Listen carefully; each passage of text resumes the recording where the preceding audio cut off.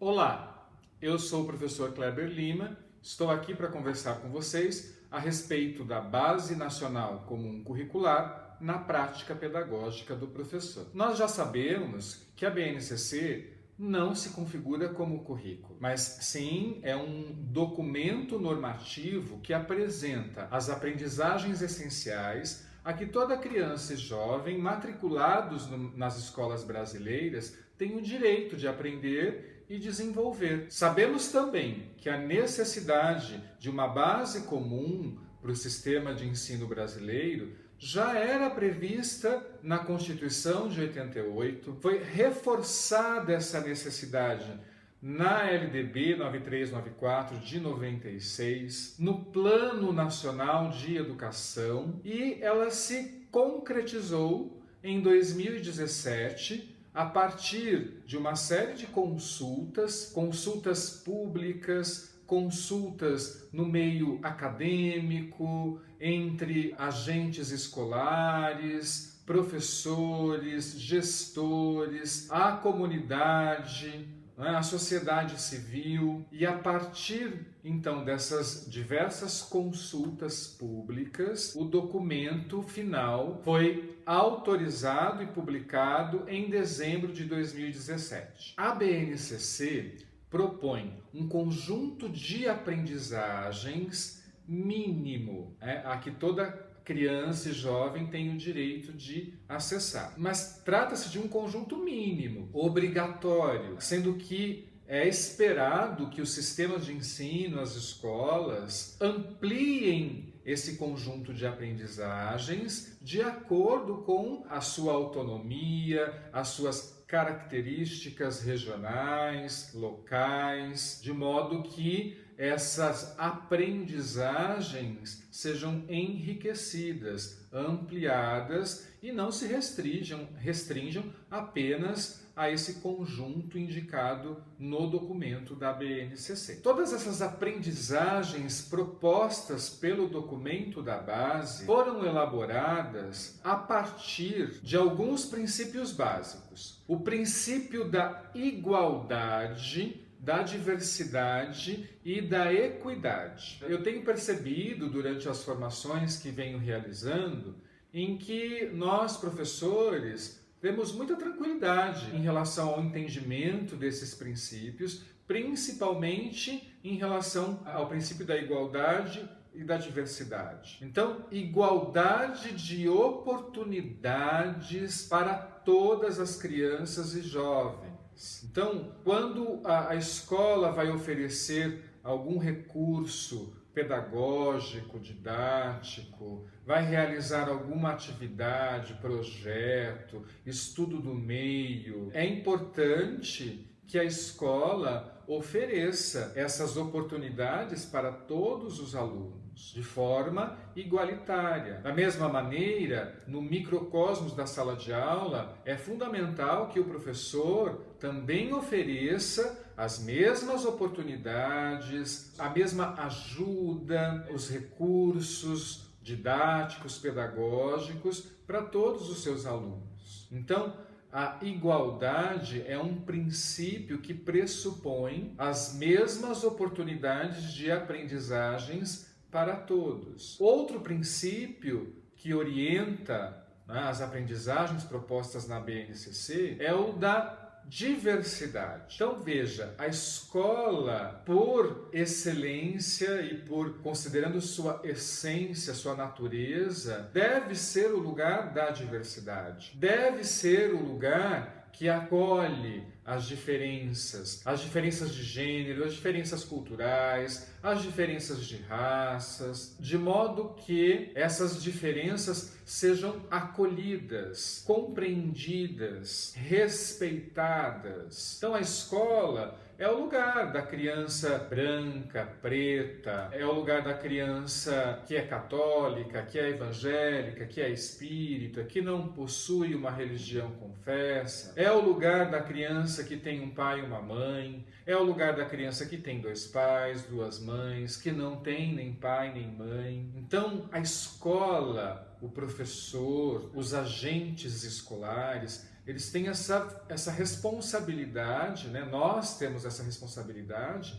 de acolher a diversidade e de promover a compreensão sobre essa diversidade e o respeito às diferenças. E o outro princípio que às vezes a gente faz uma pequena confusão com o princípio da igualdade, que é a equidade. Então, quando nós falamos de equidade, nós estamos falando de justiça nas oportunidades. Um exemplo, né, ilustrativo. Vamos imaginar que fora da sala onde nós estamos, a gente começa a ouvir um som, né, de choro de criança. É claro que nós vamos ficar preocupados, curiosos, e aí vocês vão querer saber o que está acontecendo, para de repente podermos ajudar. E eu, enquanto professor, permito que todos e todas vocês se levantem dos seus lugares, vão até a janela e vejam o que está acontecendo. Então eu estou oferecendo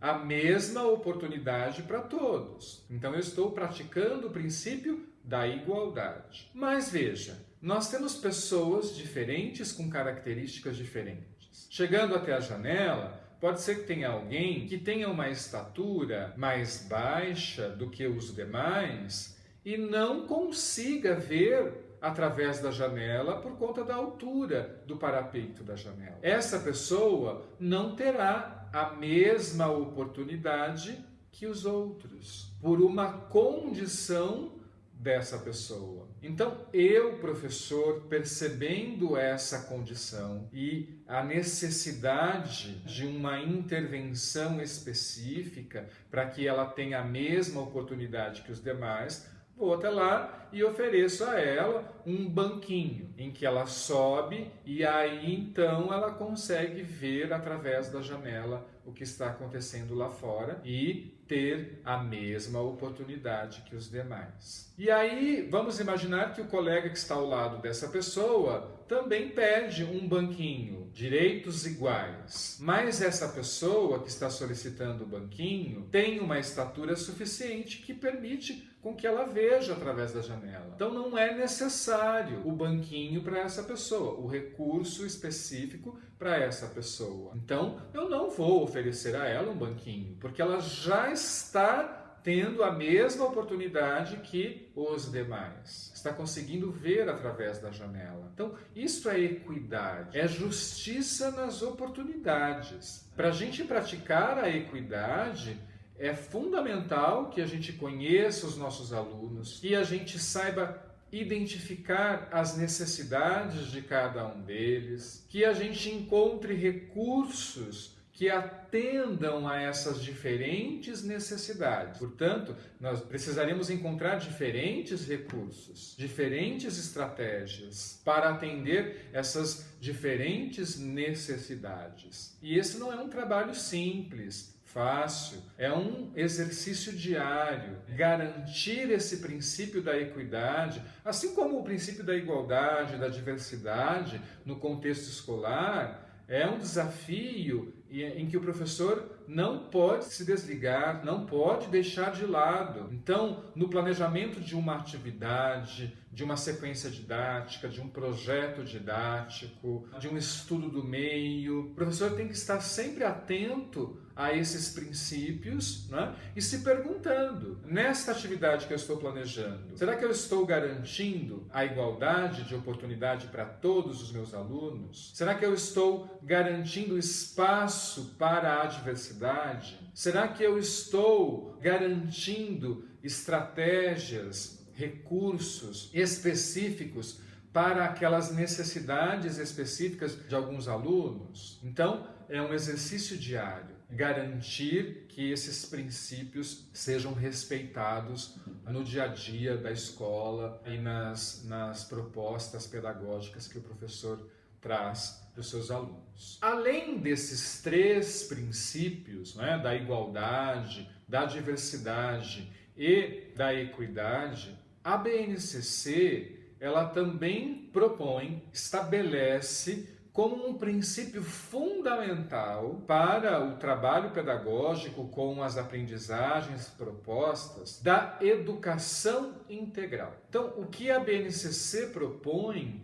é que as propostas pedagógicas sejam de tal modo que garantam ao aluno um desenvolvimento humano global, que contribua para a formação de uma sociedade mais justa, ética, democrática, responsável, inclusiva, sustentável e solidária. E para isso é preciso que os processos pedagógicos contribuam para a formação de um cidadão ético, de um cidadão justo, de um cidadão responsável, que respeita as diferenças, a diversidade, que respeita e valoriza os recursos naturais, que é solidário, que pratica e exercita diariamente a empatia, que saiba se colocar no lugar do outro. Então, esse desenvolvimento humano global proposto na Base Nacional Comum Curricular,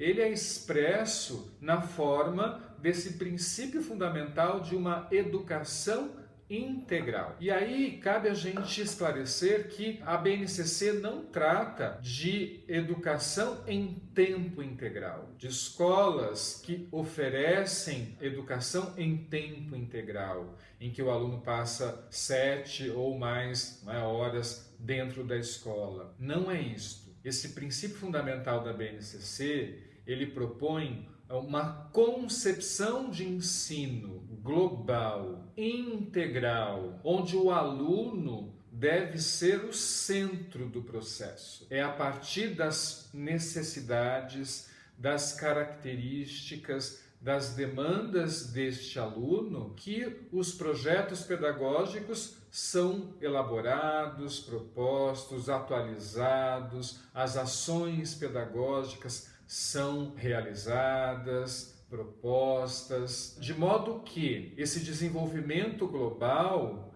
passa a ser um direito do aluno, um direito de aprendizagem e desenvolvimento em todas as suas dimensões. E quais são essas dimensões do desenvolvimento humano global, dessa educação integral? Então nós temos a dimensão intelectual, que diz respeito aos saberes, aos conhecimentos que são construídos, reelaborados e com a capacidade do aluno em valorizar, acessar, produzir e utilizar esses conhecimentos na sua vida cotidiana, nos contextos da sua realidade concreta. Mas nós não somos apenas mente, cérebro, intelecto. Nós também somos corpo. Então, nós também temos uma dimensão do desenvolvimento humano que é a dimensão física. É importante que a escola, os professores contribuam para o desenvolvimento dessa dimensão,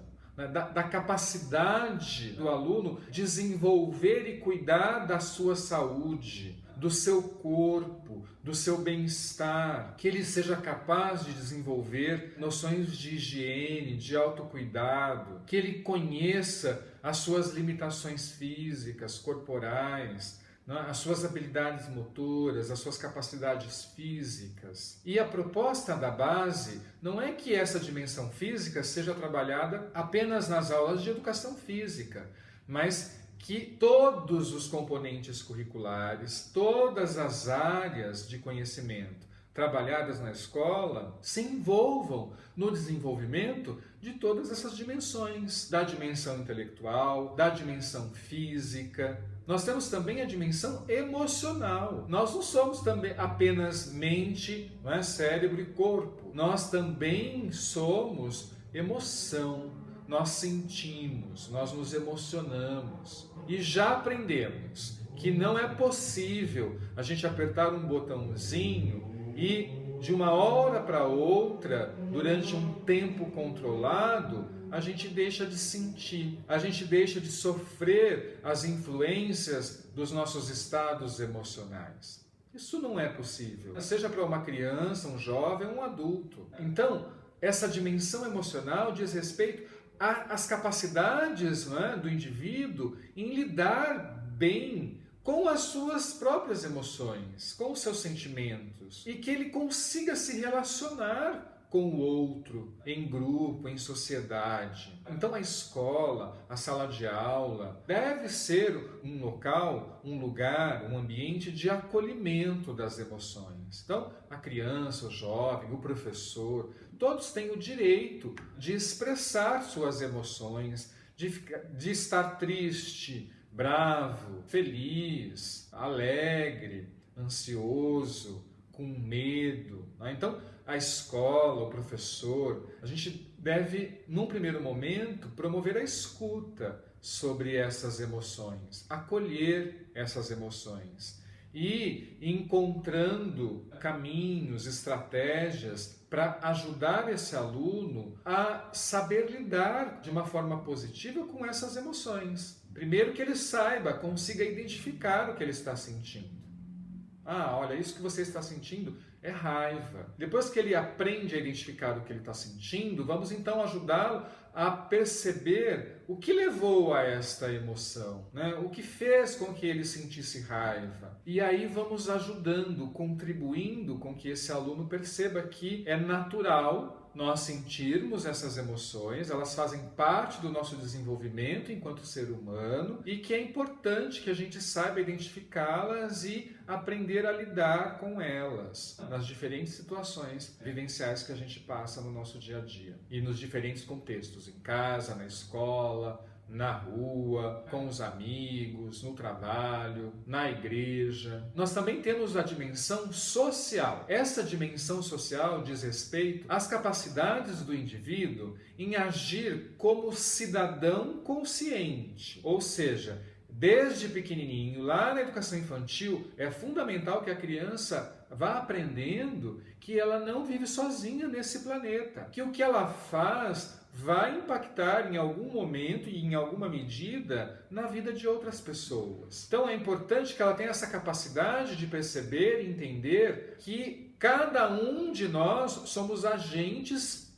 de transformação, né? Transformadores. Então o que nós fazemos vai transformar, né, o meio, vai impactar na natureza, na cidade, na minha casa, vai impactar o outro que convive comigo. Então, é importante que a criança, o jovem, aprenda que ele é um agente social, que o que ele faz vai provocar, vai impactar no outro, no meio em que a gente está inserido. E por fim, a gente tem a dimensão cultural. Essa dimensão diz respeito à capacidade do indivíduo de construir identidade, a sua própria identidade. Toda criança, jovem, adulto tem o direito de ser quem é.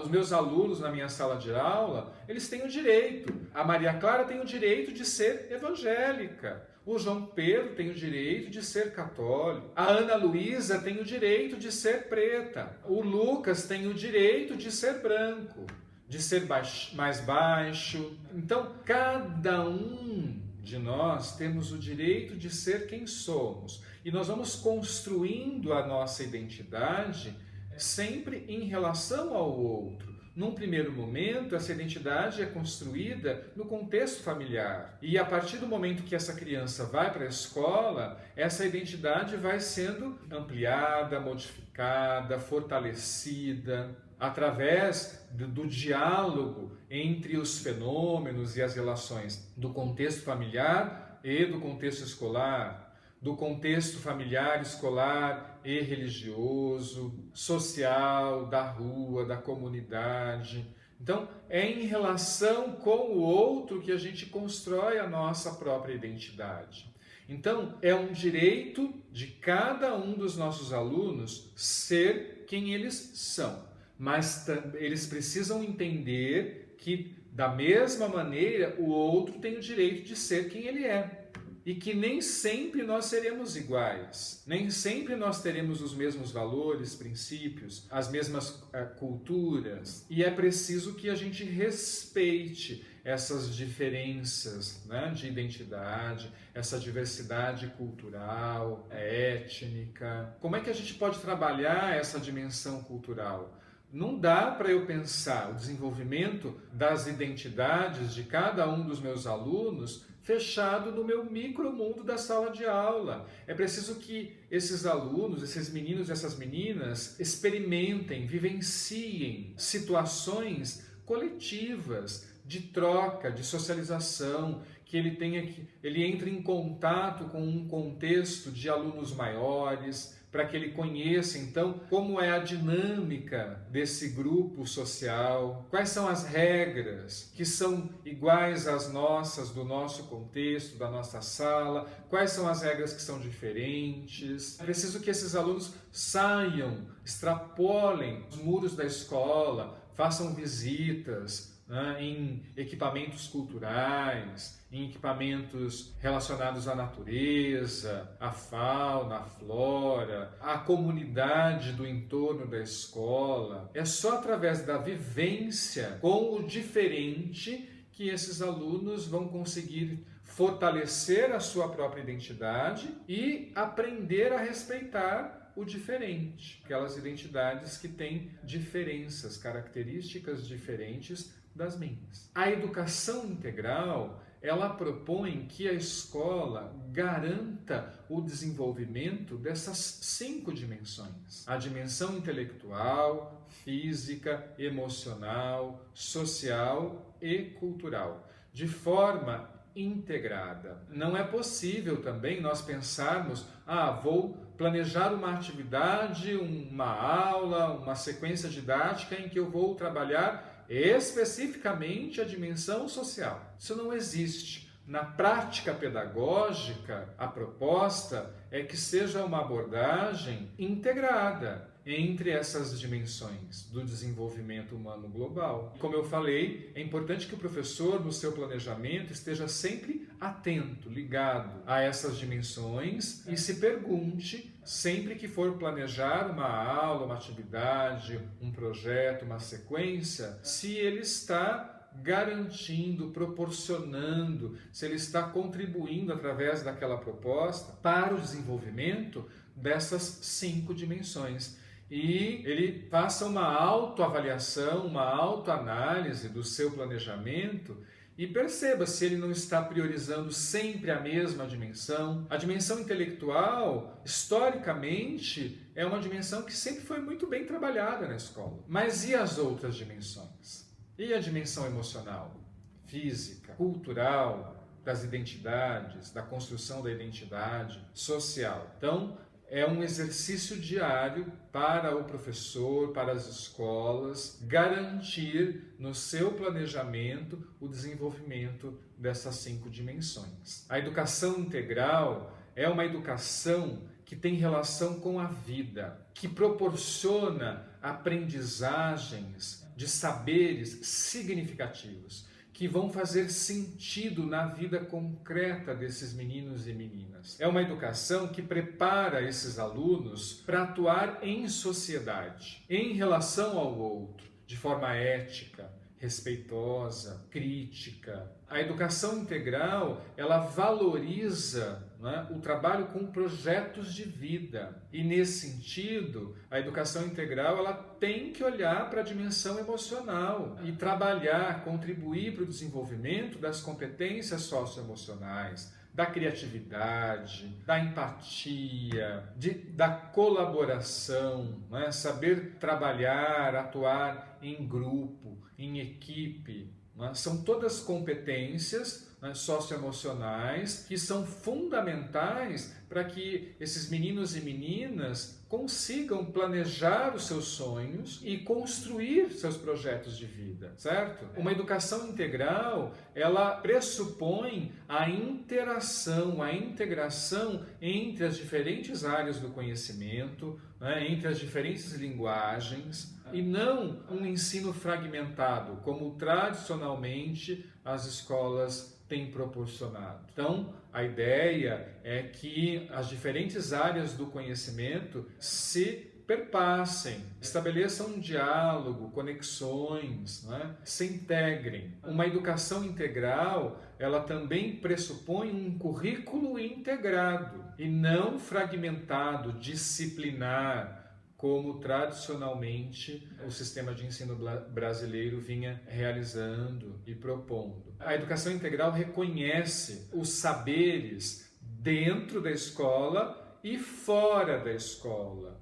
Então, nesse sentido, para promover uma educação integral, é fundamental que a gente extrapole os muros da escola, que as aulas aconteçam para além dos muros da escola, das paredes da sala de aula. E aí as parcerias são fundamentais. Parcerias com a comunidade local, parcerias com ONGs, instituições que promovam essas experiências pedagógicas de construção de saberes que serão muito mais significativos, que não são saberes essencialmente livrescos do livro, que são saberes contextualizados, mais concretos. É importante, numa educação integral, a participação de todos os agentes envolvidos no processo pedagógico. Alunos, professores, gestores, colaboradores das escolas, famílias, a sociedade civil. É preciso esse engajamento dos diferentes atores. E aí, nesse sentido, políticas públicas que estimulem, que fomentem esse intercâmbio, essa intersetorialidade, são fundamentais. Então, para que a gente consiga atingir, oferecer uma educação integral, é fundamental, além do envolvimento, engajamento dos professores, alunos, da comunidade como um todo, mas também dos governantes, através de políticas públicas que fomentem, que proporcionem a estrutura, os recursos necessários para que essa educação integral aconteça. Pensando em, lá na frente, nós contribuirmos para a formação de cidadãos autônomos, capazes de agir em sociedade, críticos, éticos, responsáveis e que são capazes de respeitar as diferenças, né, toda a diversidade em que nós estamos inseridos no nosso dia a dia, da nossa realidade concreta.